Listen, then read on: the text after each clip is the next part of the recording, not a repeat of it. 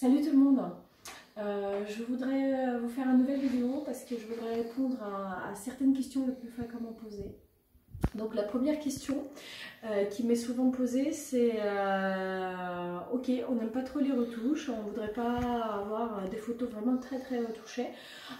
Est-ce qu'on peut avoir nos photos directement après une session photo? Malheureusement non. Parce que moi, je prends les photos en format RAW, donc, qui est un format brut des photos. Et en fait, sur ce format RAW, les couleurs et les lumières, ils ne sortent pas exactement pareil que quand je vais convertir le fichier. Donc en fait, mon travail, c'est que pour les gens qui souhaitent les retouches, je vais les retoucher. Mais pour les gens qui ne souhaitent pas les retouches, en fait, je vais devoir reconvertir les photos de format RAW en format JPEG. Le format JPEG, vous le connaissez tous, c'est le format qui vous permet d'imprimer les photos et les couleurs et les lumières ne sortent pas du tout pareil.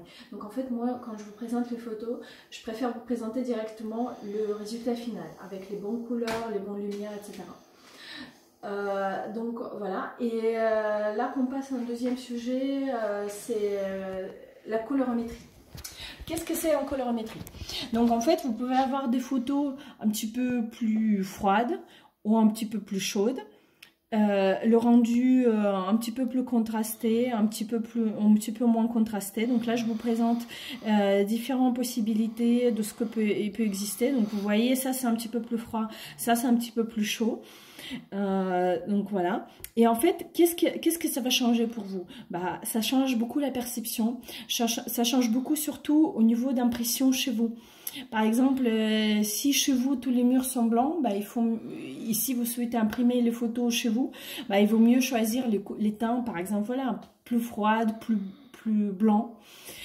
Tandis que si chez vous, vous avez les couleurs chaudes, etc., enfin, c'est mieux de choisir les couleurs plus chaudes.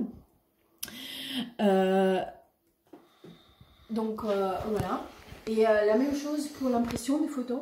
Par exemple, si vous avez choisi un album qui est un peu en blanc cassé ou nacre, etc., bah, il vaut mieux choisir les couleurs un petit peu plus chaudes. Et ça, il faudra me préciser avant que je commence la conversion des photos, avant que je commence la conversion des fichiers. Exactement la même chose.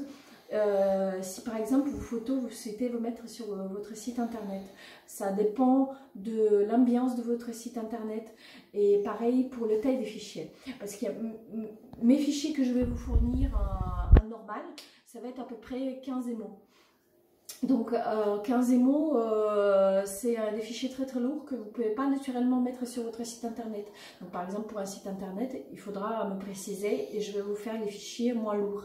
Et la même chose pour les dimensions des fichiers. Si vous avez besoin d'un taille spécifique pour un cadre, etc., je peux vous préparer vraiment les fichiers à la taille, à la dimension souhaitée.